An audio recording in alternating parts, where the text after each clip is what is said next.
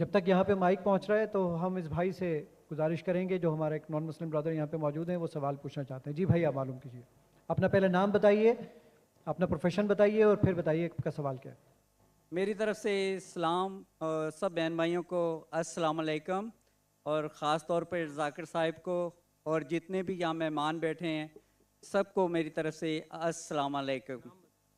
मेरा नाम इखलाक मसीह है और मैं तमाम मज़ाहिब का तालिब इल्म हूँ। जैसे कि जाकिर नाइक साहिब हैं तालिब इल्म, मैं कुरान भी पढ़ता हूँ और बाइबल स्टडी भी करता हूँ।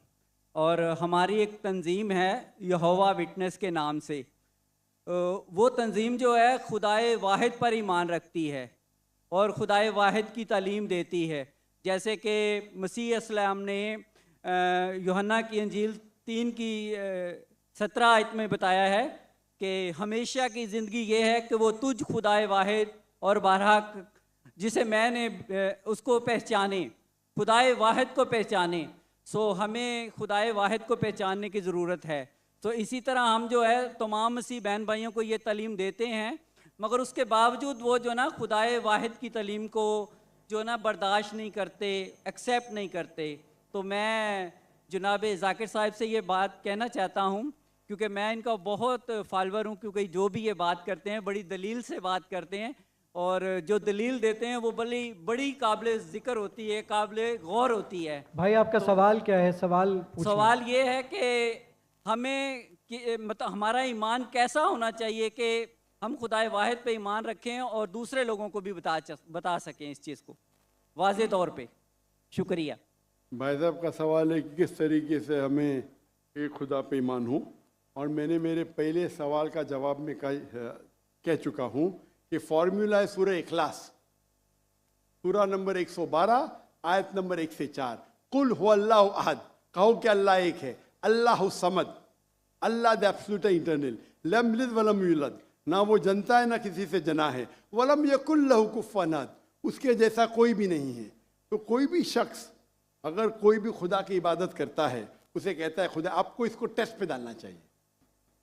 मिसाल के तौर पे अगर कोई शख्स कहता है कि भगवान रजनीश खुदा है, हम भगवान रजनीश को टेस्ट पे डालते सूरह इखलास के। एक शख्स ने मुझे कहा हम हिंदू भगवान रजनीश को खुदा नहीं मानते। मैंने कभी भी नहीं कहा कि हिंदू भगवान रजनीश को खुदा मानते। मैंने कहा कुछ इंसान भगवान रजनीश को खुदा मानते, हम उसको टेस्ट पे डालेंगे सूरह इखलास के। पहला टेस्ट है कुल हुवल्लाहु अहद, कहो कि अल्लाह एक है, क्या रजनीश एक है? आप हिंदुस्तान में देखेंगे हजारों लोग, हजारों इंसान अपने आप को भगवान कहते, वो एक तो नहीं है। लेकिन भगनी शख्स कहेगा नहीं नहीं मेरा एक ही है। Number 2, Allah Samad, Allah the absolute internal.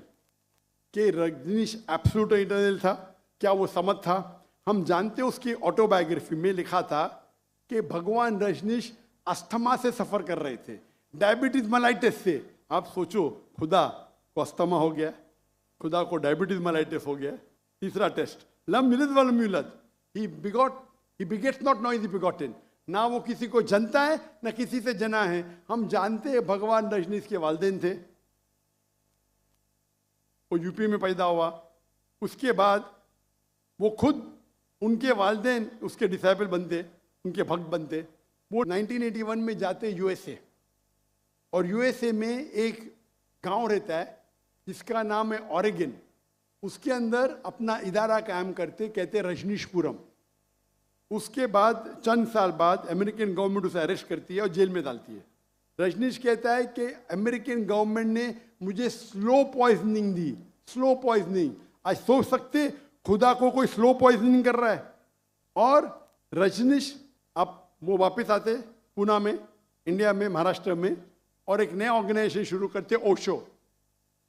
उसके मरने के बाद उसके समाधि पे लिखा है Osho Rajneesh never born never died but visited the earth from the 19th of December to the 31st of January। भगवान रजनीश ना पैदा हुआ ना मरा, लेकिन इस धरती को विजिट करने के लिए, धरती को घूमने के लिए वो आया।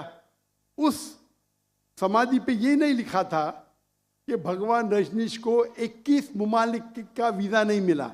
आप सोच सकते हैं खुदा भगवान धरती को विजिट करने आता है और उसको वीज़ा की ज़रूरत है।